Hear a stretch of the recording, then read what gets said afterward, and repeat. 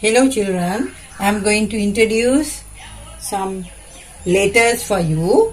Here the letter O. O. Here this is how you must write letter O. Trace the letter O first before writing alone. Can use different color. Here O.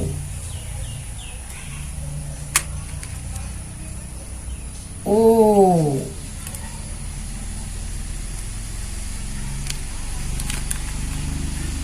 O. Right? Now you can write alone. Here some dots are here.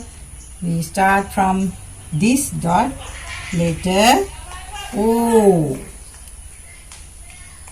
Take another color.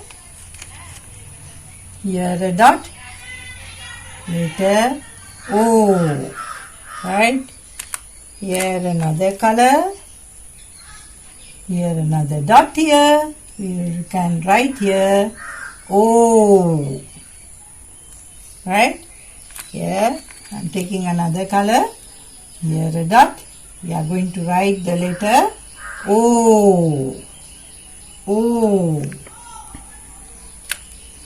Here another dot here. The letter is O. O. O for orange. O for orange. Letter O. O. O for orange.